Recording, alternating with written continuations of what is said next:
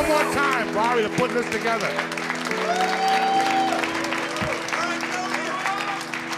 So all messed up, you know, like half of the motherfuckers in here have been all fucked up, all right? And something's always fucking us up. For me, it was 30 years of just drugs. And no fucking JK here. We got down, bitch. All right, so when he called me up and he's like, hey, I want you to do the story, I did like, I got high, right? I smoked a joint, right? And I made like a drug tombstone, right?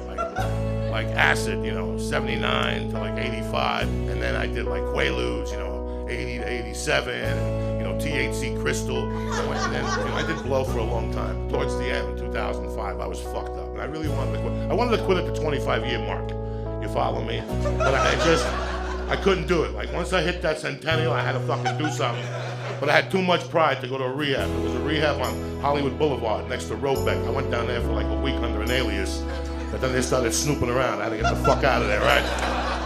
In the old days, you could push an alias like a motherfucker after 9/11. It's tough out there for a bit, you follow me?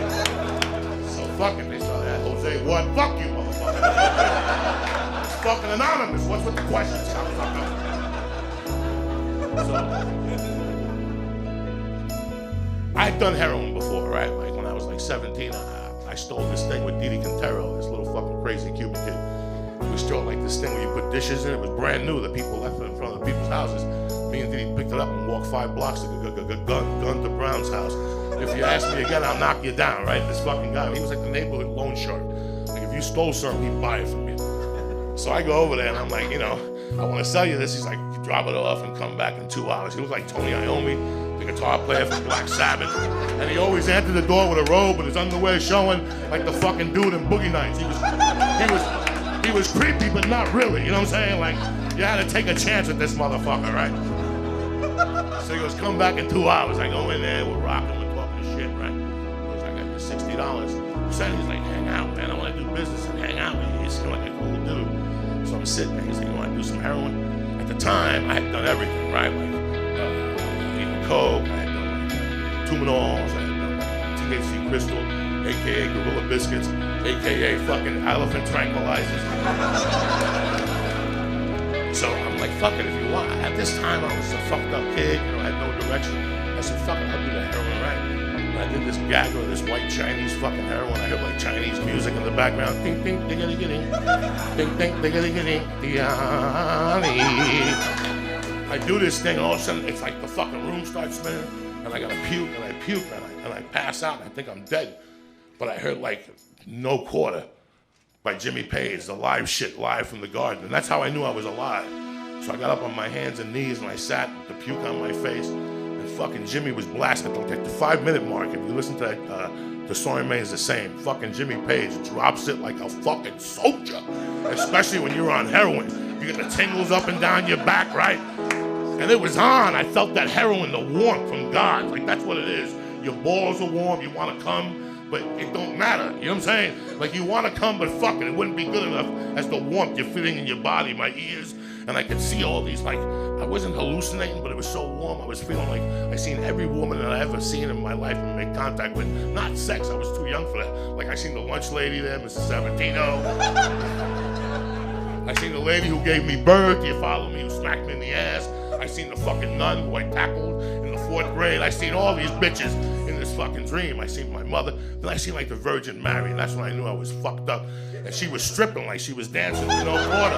And that's fucked up right there, right? And I had already made my confirmation. I was fucked up right there. I was fractured as a Catholic already at that age, right? So that was it. When I woke up from that shit, I go, I'll never do heroin again. But I'm lying. I did it again in the halfway house in '94, right? I did it in New York one time at a gay bar up in the 3rd floor, Ramrod. That's what you do when you're up there. Fuck it. You gotta take a chance. Columbus did, right? You gotta do heroin at a gay bar. Fuck it. That's how you know and shit. You over there dancing, looking at the gay dudes and shit. Driving them fucking bananas and shit, anyway. So it's 2005. I'm living in Hollywood and I'm doing a fucking grandma blow a night sometimes. That was like a bad night. By 8 o'clock every night I'd be watching TV and I get this pain in my fucking soul. And I get my bones would hurt. I couldn't hear the TV, like I wanted to watch something on TV and I couldn't. And I get in my car and I take the ATM. I lived on Schrader and I go all the way to Sunset and fucking Hollywood Routes, Rock and Roll Routes. There's an ATM right there. And I swear to my fucking mother's grave, I wouldn't stop for a red light. I didn't give a fuck.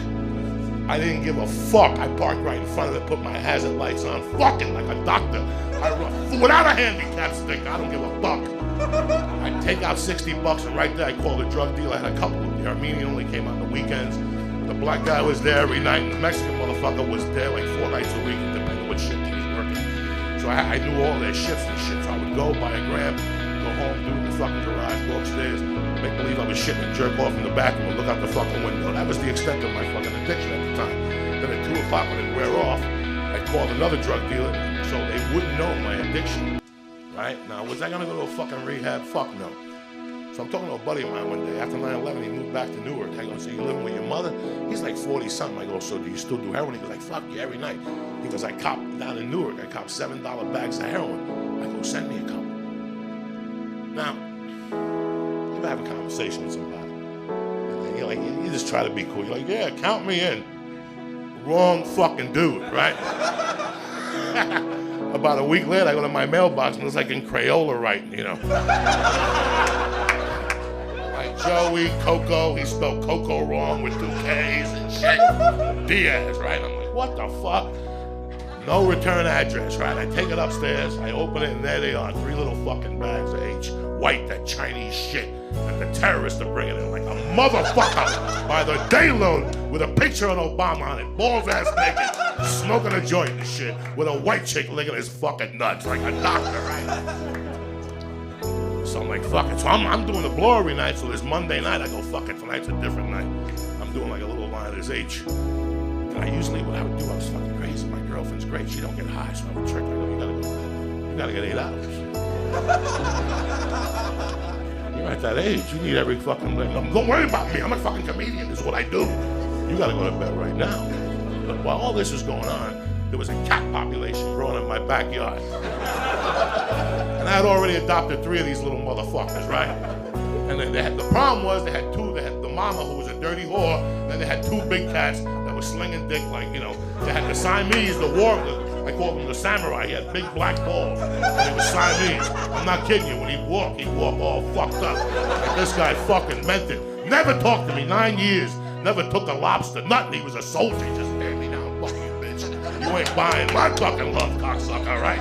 Then there was the black and white one who was a big cat. And they were both fucking mamas. So she kept having kittens. And then they would kill the kittens so she would stop ovulating and get back to fucking. This is how serious these motherfucking cats were, right? Now, how did I learn about this? You know, I did some reading on the internet. When you're doing coke, you stay up late night, and you do investigating. You follow me? So she had the kittens, and they were beautiful. The 3 Siamese kittens.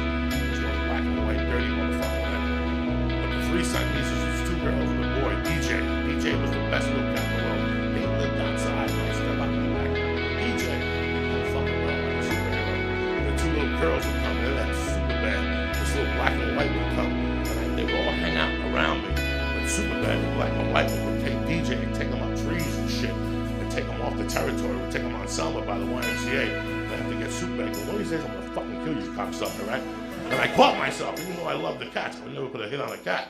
But in my mind, I'm like, I'm gonna fucking kill this little fucking cat, right? I'm serious. And I love cats, don't get me wrong, but you know those cats that just get on your last fucking nerve. And you don't know how to do it, but you love animals too much, so you know you're just bullshitting yourself. So I'm like, one day he's just gonna get hit by a truck or something. Fucking that little cocksucker, don't hang with him no more, DJ. And I was just waiting to bring DJ upstairs, and I had a chick that was gonna take the 2 Siameses and then fuck Superbad. I didn't know what the hell was gonna happen to Superbad, right? So my addiction's getting worse and worse. And one night I get home, my wife is fucking, at the time she was my girlfriend, she's crying. He's like, the fucking cat's outside, they're gonna die. I'm like, what are you talking about? So we got the 2 girls, we brought them to the vet, and she adopted them out through Petco. And then I go, what are you gonna do with Superbad, then fucking Mutt and DJ, my baby? And she goes, well, I'm gonna bring them up. And I go, leave Superbad outside. Just leave him the fuck outside. That's how much I hated Superbad.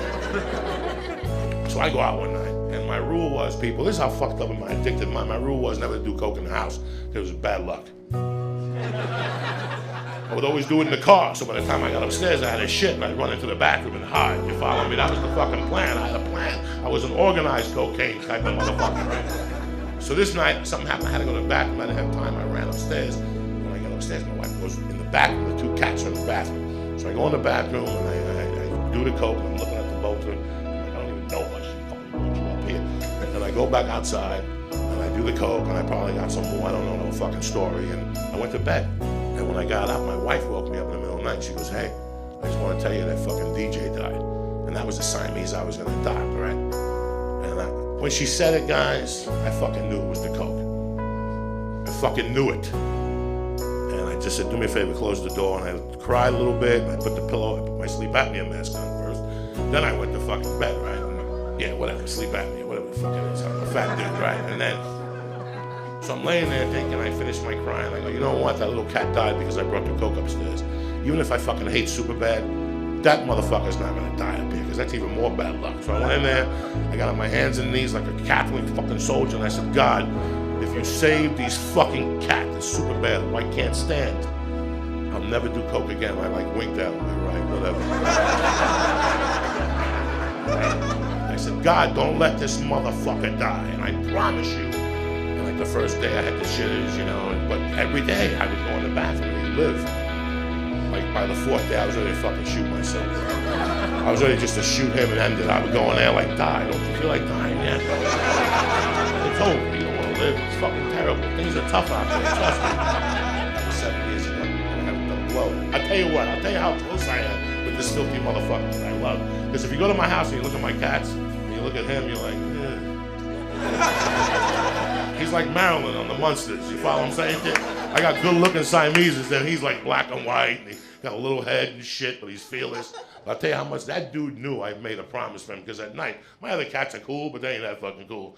But at night, when I go into my bedroom, I take my slippers off, I put my sleep apnea mask on, I put the fan on, and I lay down, and I pick the blanket up, and I go, super bad. And wherever the fuck this motherfucker is, you hear like, boom, you hear him hit the door, and he jumps next to me, and I put the blanket over him, and that's the end of the fucking night. He's still there, cocksuckers. Stay black. Thank Ari Shaffir one more time.